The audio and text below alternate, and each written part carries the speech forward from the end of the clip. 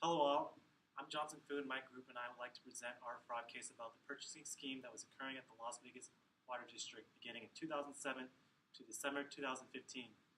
Before we get into the case, I would like to give you a brief background about the case and the person that was involved in the case. The Las Vegas Water District is a not-for-profit utility that began in 1954, providing water to the Las Vegas Valley. The Water District provides water to more than 1 million people in southern Nevada, and that number continues to grow. In October of 2001, the Las Vegas Water District hired Jennifer McCain-Bray as an office assistant in the engineering department.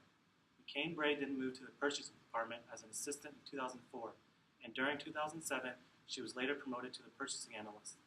As a purchasing analyst, Jennifer had the authorization to order and pay for office supplies for the water district. Jennifer McCain-Bray was known by her fellow colleagues as JJ. She was described as a very trusted and well-liked employee. Little did they know that she was behind a multi-million-dollar purchasing scheme that has been reported somewhere to start in 2007 after being promoted to the purchasing analyst. It continued to grow until December of 2015 before McCain resigned from the Las Vegas Water District.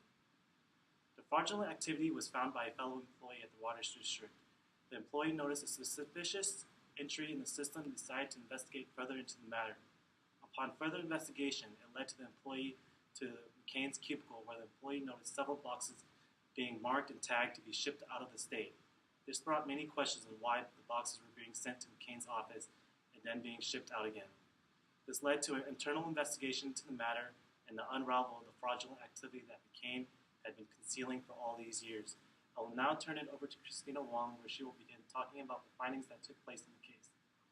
As Johnson had mentioned, McCain orchestrated the purchasing scam by using defunct or inactive accounts to purchase millions of dollars worth of toner ink cartridges over a 5-year period.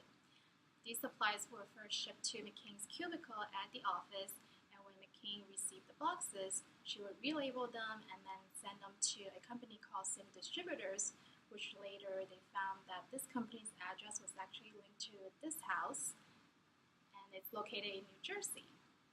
Upon receiving the toners, this company would then sell the toner, and then McCain would get a portion of the sale proceeds. It was found during the investigation that McCain had stolen more than $6.7 million worth of toner ink, and in 2014, McCain spent $1.2 million on ink, and in 2015, the records from Stable show that the Water District has spent $6,800 for furniture, $38,000 for paper, but a whopping $1.5 million for toner. It was estimated that McCain has spent an average of $40,000 per month on different printers, including the ones that was no longer in use. The FBI also found a threatening email that was sent to McCain from a man who was a registered agent of Sim Distributor, which McCain had colluded with. When the FBI agent visited McCain at her house, they found that she had purchased a very lavish house with a swimming pool that was still under construction, several luxurious RVs, travel trailers, power boat, and also other expensive toys at the property.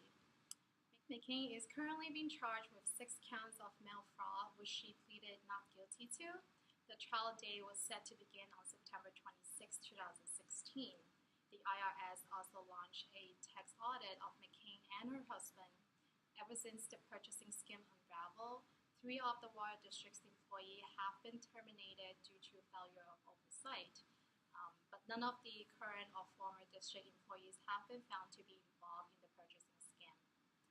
Now I will be passing it to Stacy Mitchell, where she will discuss some of the fraud symptoms in this case and how this purchasing scam went unnoticed for so long. Some of the fraud symptoms that appeared in this purchasing scheme are accounting anomalies, internal control weaknesses, analytical anomalies, and extravagant lifestyle. McCain had an extravagant lifestyle. She and her husband purchased a luxurious house on 1 acre of land with several luxury cars, trailers, an RV, and a double-hulled powerboat. There were some accounting anomalies that occurred in this case. First, McCain was making purchases for several defunct accounts. Some of these accounts have been inactive for years. Second, McCain was purchasing cartridges for printers that were no longer in use. We also noticed some analytical anomalies in this case. One of the most obvious ones was that the office supplies expense account had increased tremendously since McCain got promoted to be the Water District's purchasing analyst. There might have been an unexplained inventory shortage for ink cartridges since McCain turned around and mailed them to Sim Distributor in New Jersey. The records from Staples show that the Water District spent $6,800 for furniture, $38,000 for paper, and a whopping $1.5 million for toner ink in 2015, which was nearly 33 times more than the amounts being spent on furniture and paper combined. All of these anomalies could have been detected early on if the Water District had better internal controls. The Water District reported that they haven't had an internal auditor team for years. This in turn made it easier to conceal fraudulent activity by any fraudsters. If any internal auditors were to run a horizontal analysis, they could see the significant increase of toner ink being purchased over the years. Another internal control weakness was lack of segregation of duties. McCain should have needed her supervisor to authorize the purchase before she placed the order for the supplies. She shouldn't have had the custody of the supplies after they had been shipped to the office. Many are wondering why the Water District's external auditors did not catch the fraud, even though it is audited annually. It is because the amount of fraud being perpetrated here was very immaterial when looking at the financial statements as a whole. A shareholder from PBTK said in a statement that the alleged fraud was too small for them to have noticed. It was merely 1/4 of 1% of what the district spent in that period. In conclusion, this kind of case shows you how one person can conceal fraudulent activity and the importance of proper supervision and controls to prevent this behavior. McCain successfully orchestrated the purchasing scheme, and it went unnoticed for years because there wasn't an internal control team at the Water District. If these factors were noticed or corrected, the concealment of this fraud could have been detected or even prevented in the early stages. Thank you for watching our presentation.